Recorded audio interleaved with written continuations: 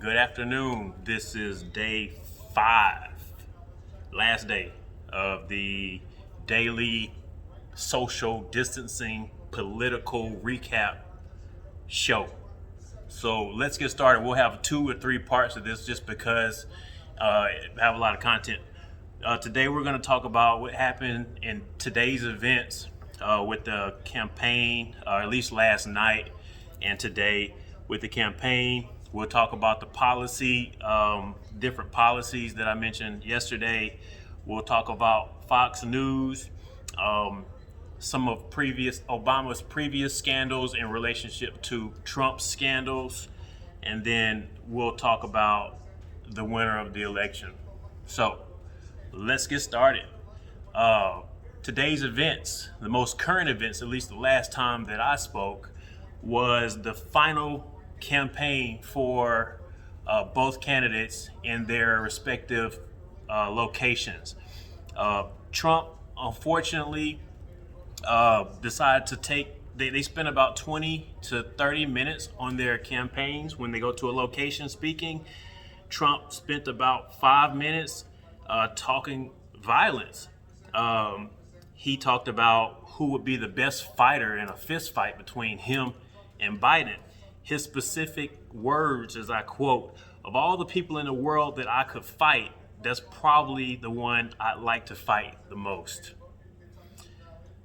This is the president of the United States talking about a fist fight. He said that he wouldn't even have to close his fist. He could just basically slap Biden and he would fall. This is the content that the president chose to speak about in his last day of his campaign. And people, this is a psychological exercise of inciting violence. As he tweeted yesterday, people are going to be rioting and running the streets. He's trying to get in the minds of his voters and supporters that, hey, we need you. I support violence. We need you out being violent. It's not the way. It's not the proper message to communicate to anyone violence. You should not be talking about fist fighting and who would win in a fist fight, regardless of who you are, much less the president of the United States. His other portion of his campaign that he chose to spend time with is the actual election itself and how his words, "We should know the results of the election on November 3rd. Quote, "That's the way it's always been and the way it should be." That's not the truth, actually. So that is never the way it is. Just because of the progress of voting and tabulating votes, it usually spills over into the next day. Case in point, right now, behind me, Wisconsin votes will not be finished until tomorrow morning. So we won't know. But Trump is basically saying, hey, let's just stop the vote counting at 8 p.m. when the polls close, 7 or 8 p.m. when the polls close. That's just not the way it's been. But if you're a Trump supporter and you don't know any better, you're going to listen to him and you will think that's the way it is. And when it doesn't happen and we continue to count votes like normal, then you'll think something's wrong. You'll think that there's a conspiracy or some type of cheating involved. But I'm here to say that's not the case. This is very normal and typical to have many days after the election to count and officially name the president. During the actual day of an election like today, there will be a presumptive winner, and then the person who's losing would typically unofficially concede to the winner. That's what normally happens. That's what always happens. So, just to be clear, the voting will continue officially, as far as voting counting, will continue until tomorrow, through tomorrow for sure, and maybe several days after that. The other part that he chose to spend some time with today in his last day of the campaign was bullying. He's been very consistent when talking about very petty things. Yesterday, he chose to focus on Biden's shades and his sunglasses and how he was talking through his sunglasses and kind of mocking him with the way he spoke. He also talked about how there were only 2 cars in the parking lot honking. This is totally irrelevant to anything that matters. This is just a bully poking fun of someone. Just think of it as when you were a kid and there was a bully chose to make fun of your shoes or your shirt just to try to bring you down in order for them to come up. That's all that bullying does. Okay? And that's the only benefit that you would gain. But again, this is the president of the United States doing this. Let me just jump right into some of the bullying that occurred from his media outlet, Fox News, during the Obama administration. Okay, again, these are the top scandals that are recorded from the Obama administration when it comes to Fox News. I'll read these off. The Marines, a Marine holding an umbrella for President Obama in the rain while he was speaking. This was a very disrespectful thing. Flag pin missing off of his suit jacket one day. He wore a tan blazer once. Guys, if you research this, they made huge issues out of each one of these, talking about how this is just the most terrible thing that you can have from a president. There was an extravagant date night with his wife. There was a time when he bowed to the king of Saudi Arabia. He once ordered, guys, I know this is real bad, he ordered mustard, Dijon mustard on a hamburger. Breaking news. It broke the internet. The Fox News came down as if it was the most horrific thing that could ever happen from a president. Again, ordering Dijon mustard on a hamburger. Once, another big scandal, he used a selfie stick to take a picture. He was also photographed in the Oval Office without a blazer on. He had a regular dress shirt on. He didn't have his blazer on. They said this was entirely the worst thing you could ever do, terribly disrespectful to the White House. He was riding a bike with a helmet once, and they compared him to Putin, who was riding a horse without a helmet, saying how weak the president looked.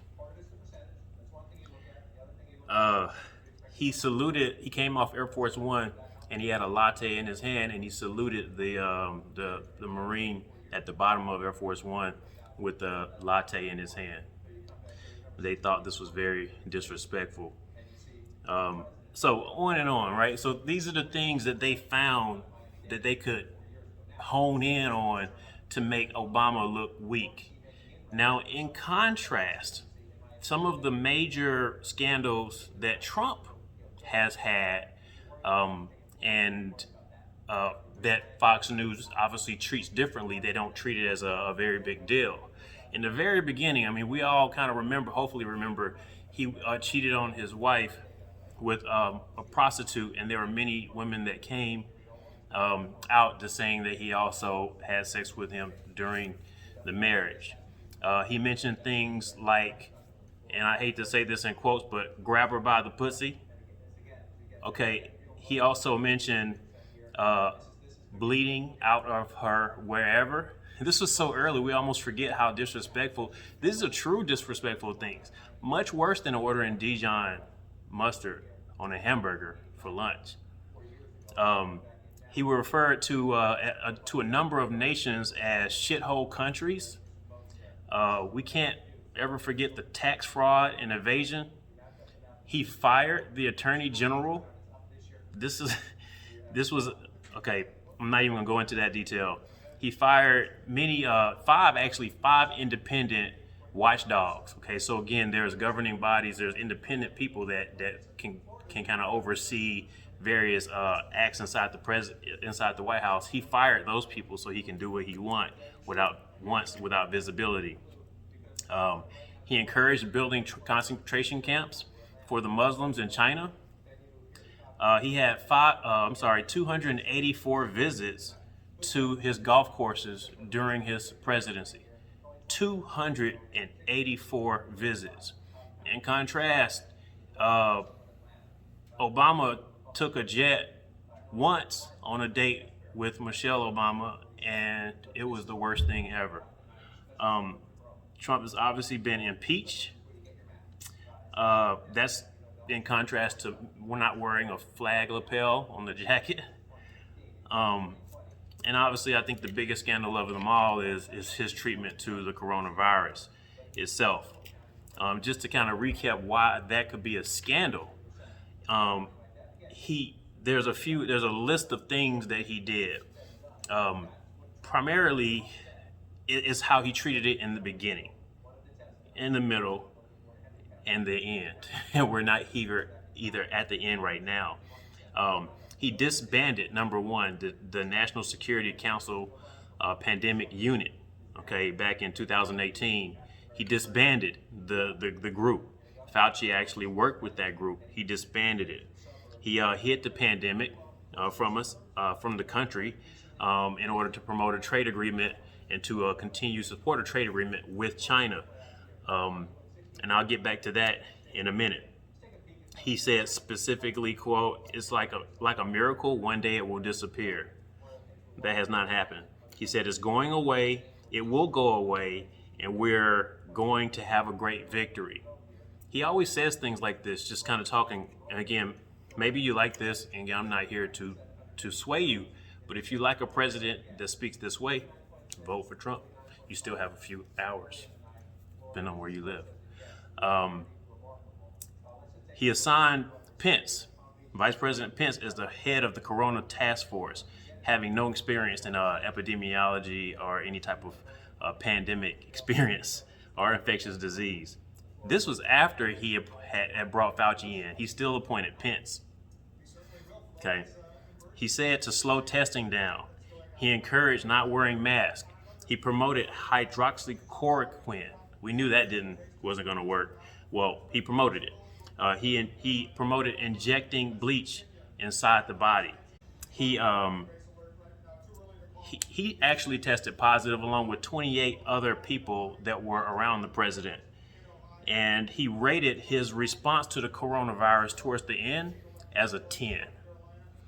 So these are just the facts of how he has handled the pandemic, just to put some context around that.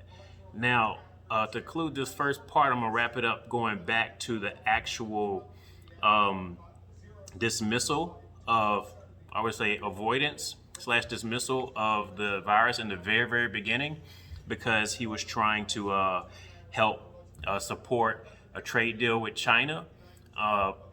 Back in October of 2019, they had initiated a trade deal agreement in order to help to stimulate the economy. The agreement that China would buy out a lot of the farms, the American farms, and do various things in order to help stimulate the economy. And I can't remember some of the details. As a matter of fact, I wrote it down to remember. China agreeing to buy up $50 billion in American farm products and to accept more American financial services to their market, and the United States agreeing to suspend the new tariff schedule for October the 15th.